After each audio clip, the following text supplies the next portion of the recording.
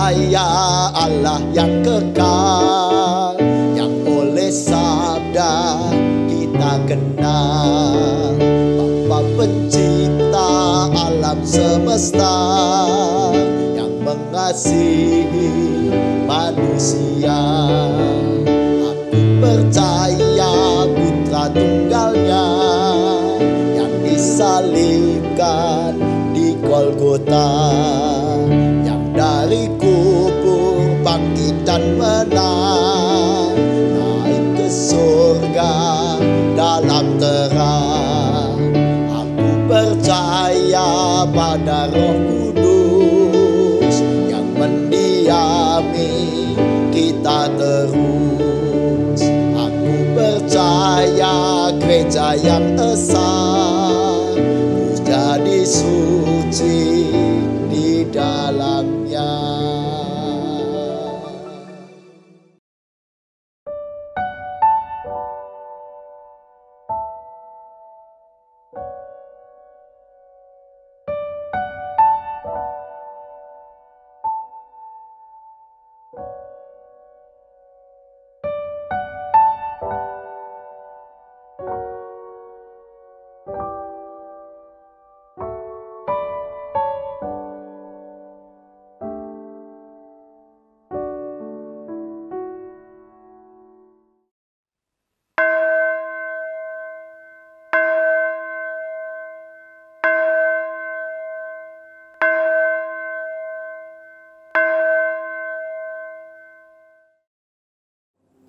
Shalom, Bapak Ibu, Saudara terkasih.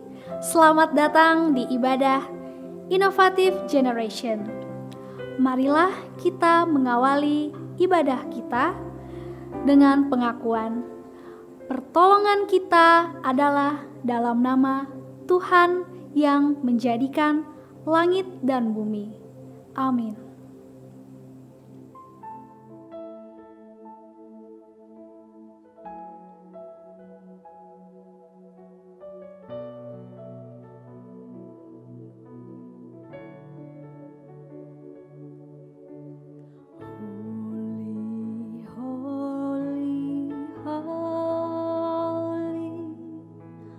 Lord God Almighty.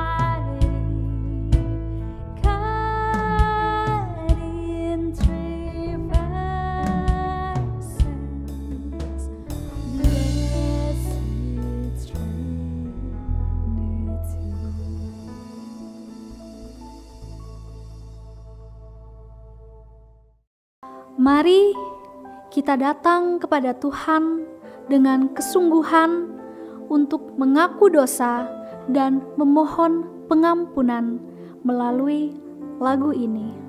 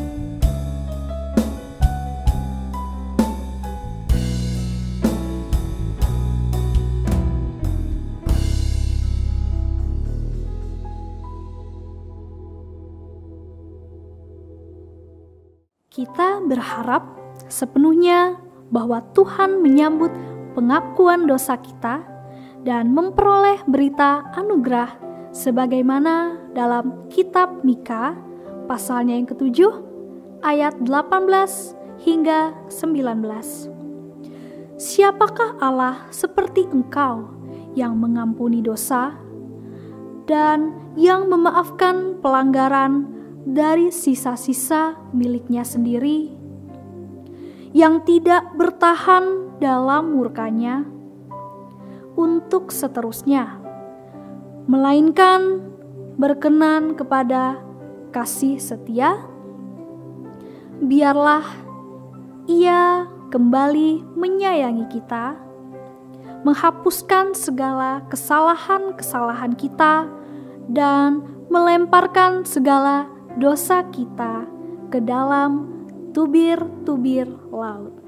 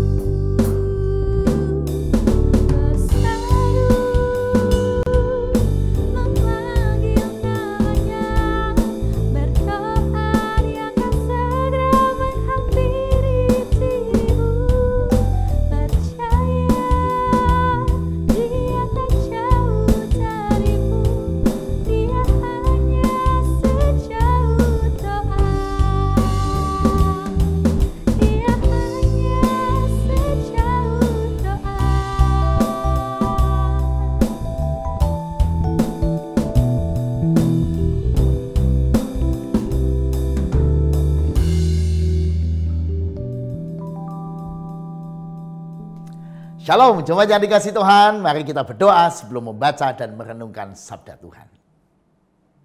Ya Tuhan, kami percaya melalui membaca dan merenungkan firman-Mu, kami akan diterangi oleh firman-Mu dalam menghadapi segala perkara dan kehidupan. Kami serahkan waktu ini dalam pertolongan dan pimpinan Tuhan saja. Amin. Mari jemaat, kita akan membaca Alkitab kita dari Lukas 4 ayat 1 sampai 13. Tema kita hari ini adalah gereja teguh dan menang dalam pencobaan. Kita baca Lukas 4 ayat 1 sampai 13. Yesus yang penuh dengan Roh Kudus kembali dari Sungai Yordan lalu dibawa oleh Roh Kudus ke padang gurun. Di situ ia tinggal 40 hari lamanya dan dicobai iblis.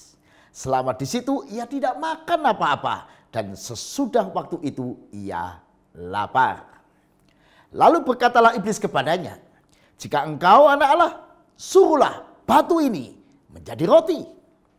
Jawab Yesus kepadanya, "Ada tertulis, manusia hidup bukan dari roti saja." Kemudian ia membawa Yesus ke suatu tempat yang tinggi dan dalam sekejap mata ia memperlihatkan kepadanya semua kerajaan dunia. Kata iblis kepadanya, "Segala kuasa itu serta kemuliaannya akan kuberikan kepadamu. Sebab semuanya itu telah diserahkan kepadaku. Dan aku memberikannya kepada siapa saja yang ku kehendaki. Jadi jikalau engkau menyembah aku, seluruhnya itu akan menjadi milikmu." Tetapi Yesus berkata kepadanya, "Ada tertulis, engkau harus menyembah Tuhan Allahmu dan hanya kepada Dia sajalah engkau berbakti." Kemudian ia membawa Yesus ke Yerusalem dan menempatkan dia di bubungan bait Allah. Lalu berkata kepadanya, "Jika engkau anak Allah, jatuhkanlah dirimu dari sini ke bawah. Sebab ada tertulis mengenai engkau, ia akan memerintahkan malaikat-malaikatnya untuk melindungi engkau. Dan mereka akan menatang engkau di atas tangannya supaya kakimu jangan terantuk kepada batu." Yesus menjawabnya, katanya, "Ada firman, jangan engkau mencobai Tuhan Allahmu." Sesudah iblis mengakhiri semua pencobaan itu, ia mundur daripadanya dan menunggu waktu yang baik. Demikianlah pembacaan Injil Yesus Kristus. Yang berbahagia adalah kita yang tidak hanya membaca dan merenung, tapi hidup dalam sabda Tuhan. Hosiana. Shalom, jemaat yang dikasih Tuhan. Wah, enaknya makan pisang. Manis. Tapi saudara, kalau kita makan pisang hati-hati dengan kulitnya ya. Jangan sampai kulitnya ini kita buang sembarangan. Kulitnya kalau kita buang sembarangan, orang bisa terpeleset gara-gara kulit pisang yang kecil ini. Memang kata orang, banyak hal kecil yang diremehkan bisa menjatuhkan seseorang. Wah, karena itu kulit pisangnya harus dibuang di tempat yang tepat supaya tidak membuat orang terpeleset. Nah, bicara soal terpeleset dan jatuh di dalam berbagai godaan dan cobaan, pernahkah Anda mengalaminya? Nah, sudah dikasih Tuhan, satu kali ada seekor musang yang melihat seekor burung yang begitu menarik. Nah, karena dia sedang kelaparan si musang ini. Wah, tapi dia tahu juga nih burung ini ada di ranting yang tinggi. Bagaimana dia bisa menerkam, menjadikan burung itu santapannya? Wah, dia melompat ke atas pohon, mengejar burung itu. Pasti dia tidak sanggup. Dia punya cara yang begitu hebat. Dia mulai memberikan puji-pujian kepada si burung yang dia incar itu. Dia bilang, "Wow, hei kawan, kamu cantik sekali. Wah, bulumu itu begitu lembut. Bolehkah aku yang mengagumimu ini melihat dari dekat?" Wah, si burung mendapatkan pujian dari sang musang, langsung kepalanya besar ya, kayak manusia itu ya, kepalanya besar. Ya, wah, dia bilang, oh boleh-boleh saja gitu ya. Lalu si burung itu terbang turun mendekati si musang. Si musang bilang, kurang dekat, aku mengagumi, warnamu merah dan begitu cantik. Dan apa bulu yang di bagian dadamu itu? Putih seperti salju. Wah, engkau betul-betul cantik. Bolehkah aku melihat lebih dekat? Wah, sang burung mulai begitu sombong menengadahkan kepalanya. Wah, bangga, aku burung yang cantik. Lalu si musang mendekat sambil berkata, belum pernah aku melihat seekor burung secantik engkau. Mungkin engkau adalah burung yang paling cantik di seluruh hutan ini. Makin si burung itu wah, terjebak pada keangkuhan dan kesombongan. Wah, dipuji paling cantik di seluruh hutan ini. Makin dekat, musang tidak menyia-nyiakan kesempatan, terkacau. Si burung menjadi korban dan mangsa. Oh saudara, kisah ini juga mengingatkan kita tentang godaan-godaan iblis dalam hidup kita. Dan iblis seringkali menggoda dengan cara yang cerdik dan luar biasa. Tahu-tahu kita bisa kepleset. Wah, seperti kulit pisang yang tampaknya kecil. Godaan iblis seringkali dimulai dengan pujian. Wah, kamu hebat, kamu luar biasa. Karena itu Yesaya 2 ayat 11 dan 17 mengingatkan kita. Jadi manusia jangan sombong. Manusia yang sombong akan direndahkan. Dan orang yang angkuh akan ditundukkan. Dan hanya Tuhan sajalah yang maha tinggi pada waktu itu. Awas, sombong, angkuh. Di dalam Daniel 5 ayat 20. Menggambarkan tentang sikap Raja Nebukadnezar yang begitu sombong. Dengan kehebatannya, kemampuannya, dan karya-karyanya. Tetapi ketika ia menjadi tinggi hati, keras kepala, sehingga berlaku terlalu angkuh, maka ia dijatuhkan dari tahta kerajaannya dan kemuliaannya diambil daripadanya. Saudara, hati-hati dengan hal-hal tadi. Sombong, angkuh, tinggi hati, keras kepala. Orang yang demikian mudah jatuh jadi sasaran empuk iblis ya, yang selalu mencari waktu yang tepat untuk menjatuhkan kita. Nah, di dalam kisah Lukas 41-13, bukankah itu yang dipakai iblis untuk menjebak Tuhan Yesus? Memang Tuhan Yesus dikatakan penuh dengan Roh Kudus, lalu dibawa oleh Roh ke padang gurun. Namun di padang itu, saudara, Yesus yang sudah 40 hari lamanya tidak makan, mulai lapar. Ketika orang fisiknya lemah, ketika orang mulai lapar, wah, ini saat yang tepat buat iblis mulai beraksi. Yang dia katakan apa, saudara? Mari kita lihat jebakan iblis. Jebakan pertama, cobaan 1, cobaan kedua dan ketiga. Di ayat yang ketiga, jika engkau anak Allah, suruhlah batu ini menjadi roti. Oh saudara, Yesus memang anak Allah. Dan dia dipuji, jika engkau anak Allah. Waduh, ini pujian yang kelihatannya hebat ya. Soalnya iblis yang mengenal Yesus anak Allah itu memuji. Benarkah itu pujian? Tidak. Di balik pujian itu dijebakan.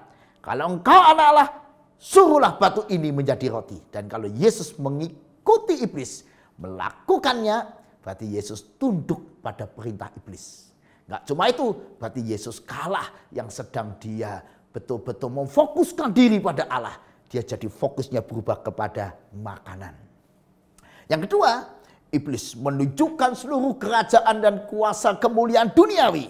Jika engkau menyembah aku, seluruhnya itu akan menjadi milikmu. Bayangin saudara, siapa yang tidak ingin dengan kuasa, kemuliaan, kekayaan, kerajaan. Wah, semua itu menjadi yang diidam-idamkan semua orang. Aku ingin sukses. Dan seringkali sukses dikaitkan dengan sukses materi, jabatan, status sosial. Tetapi hati-hati, iblis bisa menjadikan itu jebakan, membuat kita kepleset.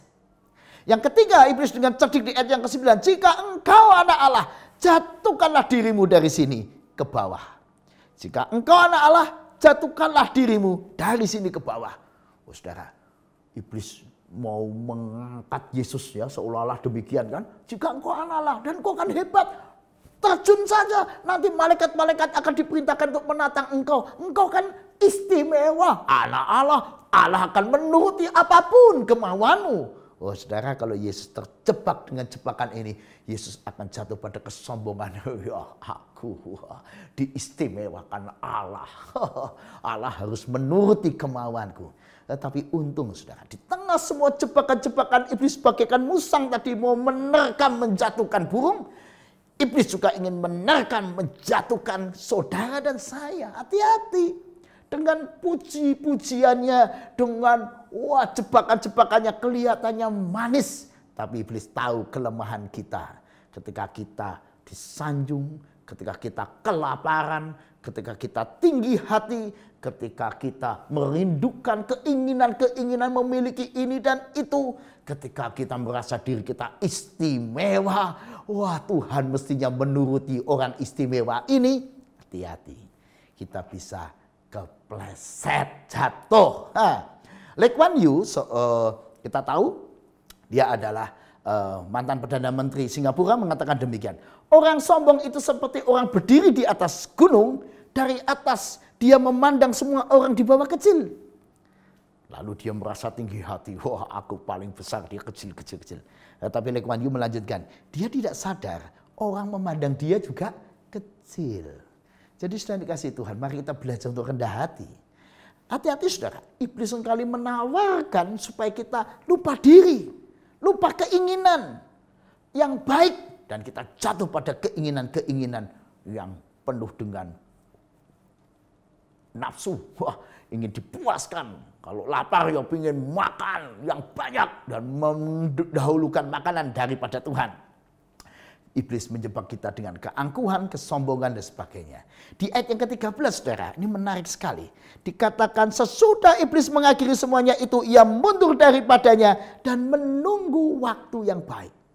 Iblis tidak pernah menyerah untuk menjatuhkan Yesus. Apalagi saudara dan saya, iblis gak pernah nyerah untuk menjatuhkan saudara saya yang pasti lebih lemah dari Tuhan Yesus. Ya, kita mudah diplesetkan oleh iblis, jatuh dalam dosa, bahkan hancur.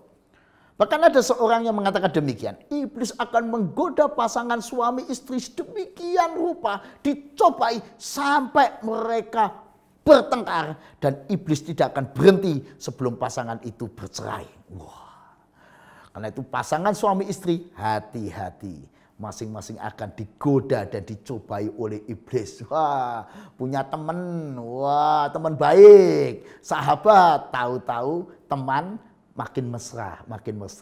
Teman tapi mesra. Wah, tahu-tahu kepleset, nggak cuma teman tapi mesra, berlanjut hubungan yang lebih mendalam dan terjadi kekacauan. Rumah tangga kacau, perceraian, iblisnya senang. Wah, anak Tuhan hancur. Kenapa? Karena kepleset.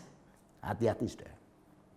Setiap pujian dan sanjungan yang engkau rasakan dari dirimu, hati-hati, jangan-jangan itu sanjungan iblis. Engkau hebat loh, wah engkau top, engkau cantik, engkau tampan, engkau hebat, orang-orang pasti dan harusnya meninggikan engkau. Tuhan sendiri mestinya menuruti engkau. Hati-hati cobaan-cobaan demikian. Sudah dikasih Tuhan, mari kita waspada, iblis menanti waktu yang baik untuk mencobai kita. Nah sekarang pertanyaannya, bagaimana kita bertahan terhadap tipu daya iblis? Mari kita belajar dari Tuhan Yesus, saudara. Tiap kali iblis mencobai dia, Yesus selalu mengandalkan firman Tuhan atau berpegang pada firman Tuhan. Dia selalu menjawab dengan firman Tuhan. Di ayat yang keempat ada tertulis, manusia hidup bukan dari roti saja. Di ayat yang ke-8 ada tertulis, engkau harus menyembah Tuhan Allahmu dan hanya kepada Dia sajalah engkau berbakti. Di ayat yang ke-12 ada firman, jangan engkau mencobai Tuhan Allahmu. Yesus selalu mengingatkan dirinya dan kita semua, ada tertulis, ada firman. Ketika kita terus hidup pegang firman, taat firman, memperlakukan firman, maka saudara dan saya akan hidup lebih aman dari cobaan iblis. Yang kedua saudara, Tuhan Yesus memang mengarahkan dirinya. Seperti ketika dia 40 hari di padang gurun untuk mengarahkan seluruh kehidupannya makin dekat dengan Bapaknya. Keterarahan pada Bapaknya itulah yang membuat Yesus punya pegangan yang kuat terhadap firman. Melihat pengharapan-pengharapan manusia hidup tidak dari roti saja, tapi dari kasih Allah, dari karya Allah. Dengan terus mengandalkan peran dan karya Allah, manusia diajak percaya sungguh-sungguh. Pertanyaannya, apakah Anda mengarahkan hidupmu pada Allah atau pada harta, pada materi, pada kekuasaan, pada status sosial, pada keistimewaan dirimu? Wah, aku hebat. Hati-hati saudara. Ketika saudara dan saya tidak fokus kepada firman dan Allah, saudara akan mudah jatuh. Yang ketiga, Tuhan Yesus sangat konsisten memperlakukan ada firman, ada tertulis, konsisten. Prinsip dan hidup sikap iman Yesus konsisten. Setiap kali ada peristiwa, tiap kali ada godaan, tiap kali ada cobaan, tiap kali menghadapi masalah, selalu konsisten menempatkan Tuhan dan firman-Nya sebagai landasan pijakan dia bertindak dan bersikap. Apakah Anda konsisten menjadi orang percaya? Yang keempat, Yesus sederhana. Dia tidak memimpikan kuasa-kuasa, kemuliaan-kemuliaan yang menggiurkan. Yesus tidak ingin jadi raja, gak ingin punya kerajaan-kerajaan duniawi. Karena itu tidak mudah digoda dengan, wah tidak silau dengan ini loh, kamu akan jadi hebat, punya segala sesuatu. Yesus sederhana dan rendah hati. Karena itu tidak mudah wah jika engkau anak Allah, jika engkau anak Allah. Wah, Yesus memang anak Allah. Tapi dia tidak membuat Yesus jadi angkuh, sombong. Melainkan dia anak Allah yang rendah hati. Pertanyaannya, apakah Anda punya 4 hal ini? Dan saudara dan saya sungguh-sungguh perlu makin dekat pada Tuhan. Makin menjauh dari Tuhan. Saudara dan saya akan lemah. Jadi kekuatan kita ya kalau kita pegang Tuhan pada dalam segala hal. Nah saudara, bicara tentang pencobaan, gereja juga menghadapi cobaan dalam kehidupan gereja. Termasuk gereja kita, GKI Gejayan yang sedang berulang tahun yang ke-22 di tahun ini. Dan tepatnya tanggal 3 Maret 2022 kita ulang tahun ke-22. Namun kita rayakan di minggu ini supaya semuanya berjalan dengan lebih baik. Nah sudah dikasih Tuhan. Banyak gereja jatuh dalam percobaan ketika apa? Ketika orang merasa, wow, gerejaku hebat. Wah, apalagi dipuji-puji orang, wah gerejamu hebat loh, luar biasa. Luar biasa. Wah, pemimpinnya jadi sombong, pendetanya jadi sombong, merasa dirinya wah. Dan lalu sudah baik kok gereja, buat apa diperubah-ubah ini itu, direformasi, buat apa lagi? Sudah bagus, ibadahnya sudah bagus. Jadi mau apa lagi? Waduh. Ketika dipuji semuanya sudah bagus. Mau apa lagi? Wah, kita bisa lupa diri. Hati-hati saudara. Ada iblis bagaikan musang-musang tadi yang membuat kita lengah dengan pujian-pujian yang kosong.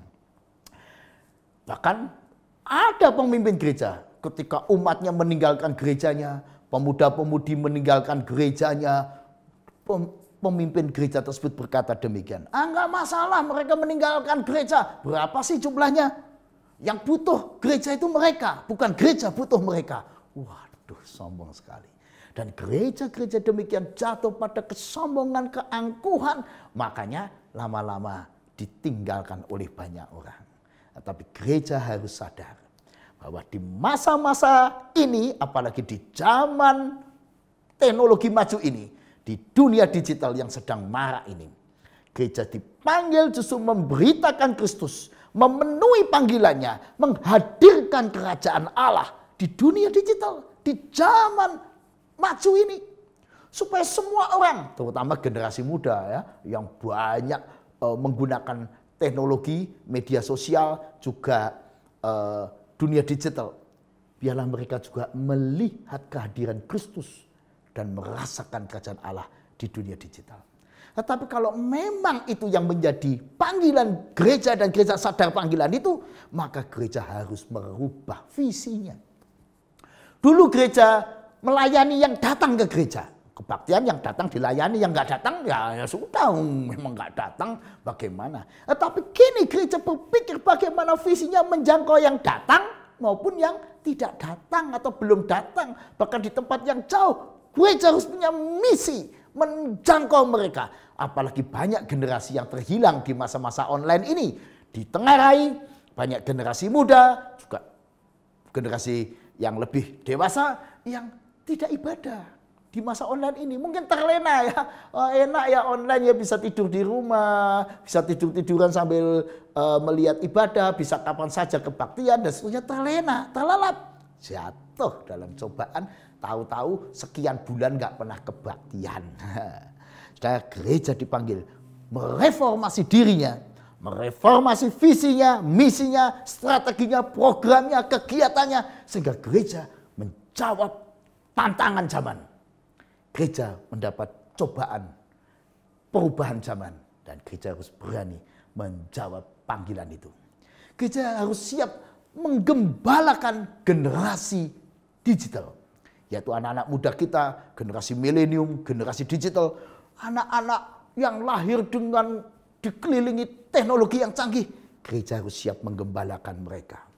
Gereja harus hadir dengan akrab di tengah dunia mereka, dunia digital. Gereja harus tampil menarik di dunia digital. Gereja harus bisa didengar pemberitaannya dan mau mendengar suara hati generasi muda. Gereja harus menggarami supaya lalu gereja itu menuntun dunia ini, generasi muda juga, untuk makin mengerti firman, mengenal Allah, mengenal Kristus, mengenal karya dan kasih Tuhan, dan menjadi berkat. Mereka berubah karena kehadiran gereja yang menggarami dan mengajar. Tapi kalau untuk seperti itu, berarti gereja harus merubah. Ibadahnya harus dirubah menjadi ibadah yang menarik. Program-programnya harus dirubah menjadi program-program yang menarik. Tidak cuma menarik, tapi juga bisa menyentuh mereka semua yang hari ini belum hadir di gereja, yang belum muncul di gereja. Nah, sebagai langkah awal yang GKI Gejayan lakukan, misalnya memiliki tim khusus ya, yang membuat renungan-renungan harian ya melalui program Sate Bang Cek yang saat ini sudah sampai ke episode 125. Dan menarik, Sate Bang Cek ini adalah sebuah bentuk renungan harian yang cocok untuk generasi milenium atau generasi digital. Dan di dalam salah satu episode dalam minggu ini diingatkan kesombongan pada manusia serupa dengan ragi. Hati-hati saudara, sombong itu ragi. Kelihatannya sedikit tapi bisa merusak susu sebelanga.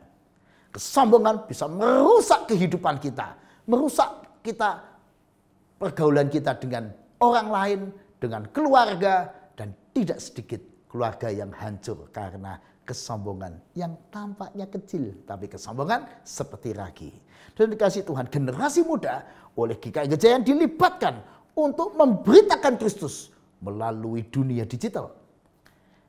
Mari memberitakan Kristus dan bersaksi tentang Kristus pada orang-orang sekeliling kita menggunakan semua teknologi yang kita ada, melalui media sosial yang kita miliki, melalui jejaring-jejaring yang kita bisa bangun. Jadi karena ini gaya hidup. Gaya hidup kaum muda, gaya hidup jemaat gereja masa kini. Nah, kalau Anda mengaku jemaat GKI Gejayan, simpatisan GKI Gejayan atau aktivis GKI Gejayan, ayo menjadi saksi Kristus, menjadi gaya hidup kita. Mendengarkan firman, ayo kita share buat orang-orang apalagi yang belum mengenal Kristus, yang belum hadir ke gereja. Kita ikut ibadah, ayo ajak orang lain. Biarlah semua orang dijangkau oleh kasih Allah. Nah, peran jemaat, peran aktivis menjadi sangat penting. Karena semua kita harus menjadi orang-orang yang memberitakan Kristus di tengah dunia ini. Jadikan memberitakan Kristus itu gaya hidup. Saudara dikasih Tuhan. Selain itu saudara, gereja juga dipanggil menjadi jawaban buat pergumulan orang. Di tengah masa pandemi ini, banyak orang ekonominya tergoncang, banyak orang mengalami kesulitan masalah pekerjaan. Beranikah kita menjadi jawaban? Sebagai contoh, Gejayan punya Gejayan Tetulung. Gejayan Tetulung adalah satu model pasar online yang kita buat supaya mereka yang membutuhkan pasar dan mereka yang mau berkreasi membangun home industry atau jasa-jasa pribadi bisa punya pasar online. Nah, ini gereja berarti GKI Gejayan belajar untuk menyentuh yang selama ini nggak pernah digarap, yaitu pelayanan ekonomi kemasyarakatan yang holistik. Nah saudara, ini berarti Gejayan berjuang menjadi gereja yang menjawab pergumulan. Dan di dunia ini banyak orang yang juga sedang bertanya, apakah Allah mengasihiku? Atau di manakah Allah ketika aku mengalami cobaan, sedang aku sedang mengalami kesulitan, di manakah Allah? Beranikah saudara dan saya berdoa, Yesus, tolonglah agar diriku bisa menjadi jawaban bagi semua orang yang sedang mencari Tuhan. Biarlah melalui aku orang melihat bukti kasih Allah. Biarlah melalui hidupku mereka boleh mendengar kesaksian tentang kasih dan karya Allah. Biarlah melalui apa yang ku lakukan, perilakuku, kebaikanku, dan apa yang ku perbuat, mereka bisa melihat wujud nyata dari kasih dan karya Allah. Bandingkah Anda membuat pasangan Anda, keluarga Anda melihat kehadiran kasih Allah melalui hidup saudara? Bandingkah melalui hidup saudara, Anda menjadikan hidup saudara ini orang-orang lain melihat kehadiran dan kasih Allah sehingga mereka mengatakan, oh ya, melalui hidupmu aku mendapat jawaban dan kepastian bahwa Allah memang mengasihiku, bahwa Allah memang hadir dalam hidupku. Melalui hidupmu aku tahu Dia ada berkarya.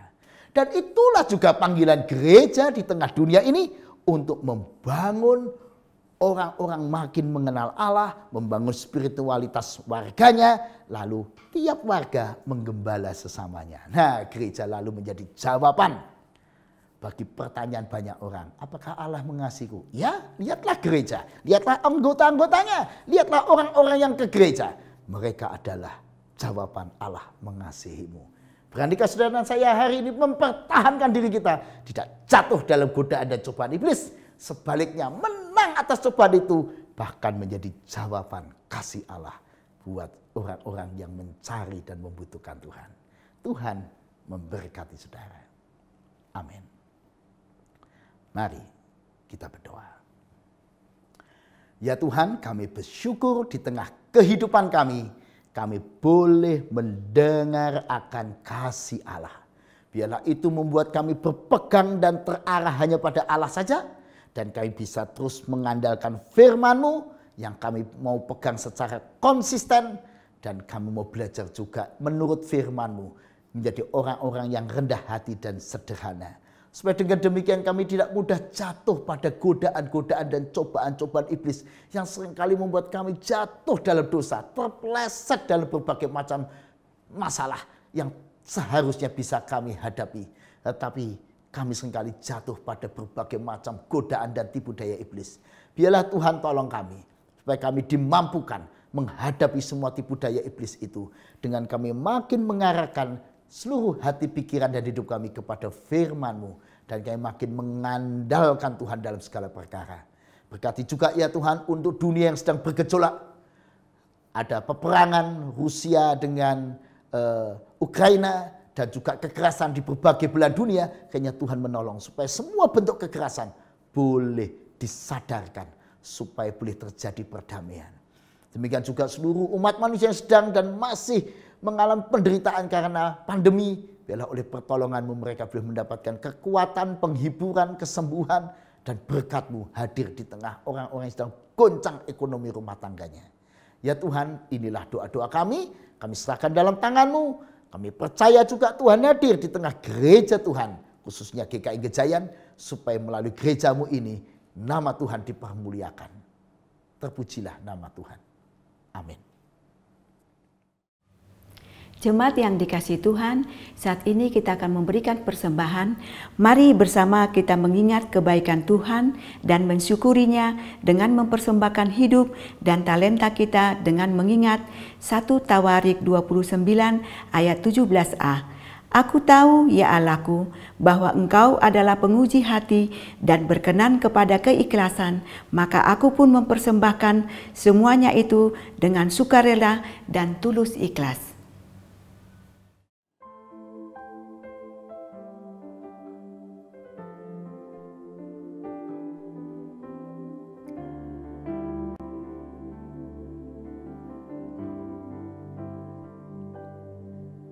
Selain Kau tiada yang lain, hanya Kau milikku di surga.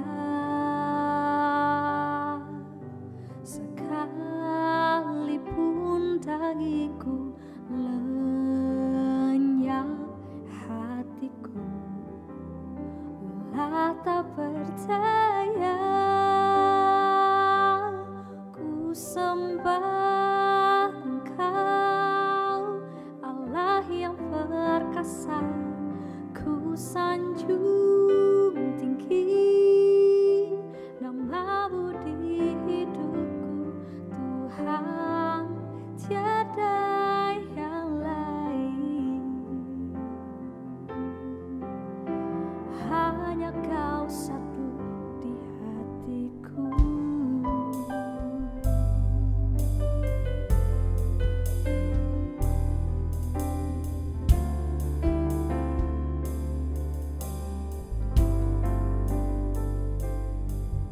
Selain Kau tiada yang lain, hanya Kau milikku di surga. Sekalipun dagiku, lenyap hatiku, lelah tak percaya. Ku sembah Engkau, Allah yang perkasa. Ku sanjung tinggi nama-Mu di hidupku, Tuhan, tiada yang lain. Hanya Kau satu di hatiku. Ku sembah Engkau, Allah yang perkasa. Ku sanjung tinggi nama-Mu di hidupku, Tuhan, tiada yang lain. Hanya Kau satu di hatiku.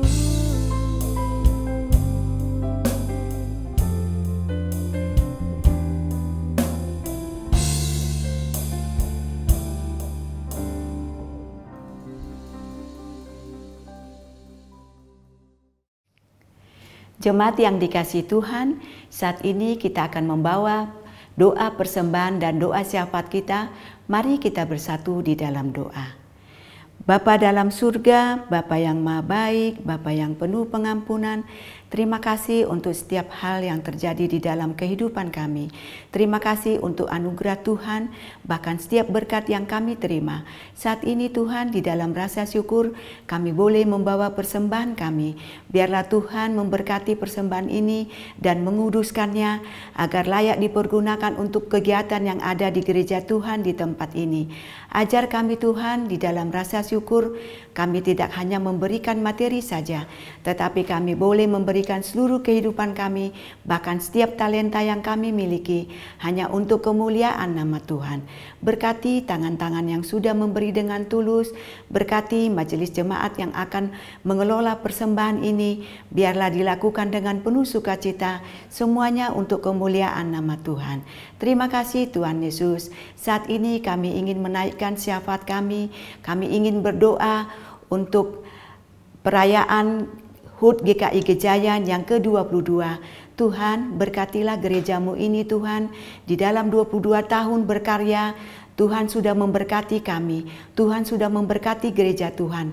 Biarlah senantiasa Tuhan juga memberkati ke depannya, agar gereja kami ini boleh menjadi berkat, diberkati untuk menjadi berkat. Terima kasih Tuhan Yesus. Kami juga berdoa untuk masa Prapaskah yang dimulai Rabu Abu. Biarlah Tuhan memberkati setiap fase demi fase. Tuhan memberkati kegiatan yang ada di gereja Tuhan di tempat ini. Tuhan memberkati panitia yang sudah mengemas kegiatan Prapaskah sampai dengan Paskah. Terima kasih Tuhan Yesus. Kami juga berdoa untuk jemaat Tuhan yang mungkin saat ini ada yang sedang sakit, yang terpapar COVID, yang isoman di rumah mereka masing-masing, ataupun yang berada di rumah sakit. Kiranya Tuhan menjamah mereka, Tuhan memulihkan mereka, Tuhan menyembuhkan mereka. Tuhan berikan mereka ketenangan hati ketika mereka boleh mengalami cobaan ini. Biarlah Tuhan juga memberkati mereka. Jangan biarkan iman mereka lemah ketika mereka boleh mengalami ini Tuhan. Biarlah dengan penuh sukacita mereka boleh menjalani ini. Berkati juga Tuhan dana yang mereka butuhkan. Berkati juga Tuhan keluarga yang mendampingi mereka agar dengan penuh sukacita boleh merawat keluarga yang sedang sakit ini. Terima kasih Tuhan Yesus. Inilah rangkaian doa persembahan dan doa syafaat kami. Dengarkanlah ya Tuhan, ampuni kami Tuhan. Ketika kami membawa doa-doa ini, terselip hal yang kurang berkenan di hadapan-Mu, agar kami tetap layak disebut menjadi anak-anak-Mu, dan kami boleh layak di hadirat-Mu di surga yang mulia. Dan doa-doa kami berkenan bagi-Mu Tuhan. Terima kasih Tuhan Yesus. Di dalam nama anak-Mu, Tuhan Yesus Kristus, Sang Juru Selamat kami yang hidup, kami telah berdoa, bermohon dan mengucap syukur. Amin.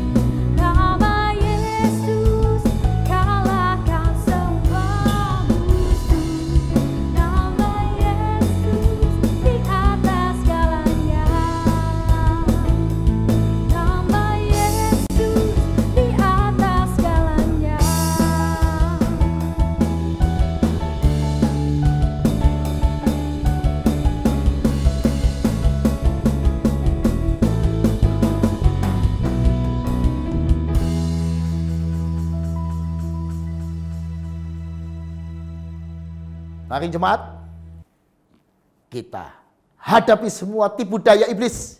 Kita menang di dalam iman, di dalam Kristus dengan taat pada firman. Supaya melalui hidup kita boleh menjadi kesaksian tentang kehadiran Allah yang penuh cinta kasih pada dunia.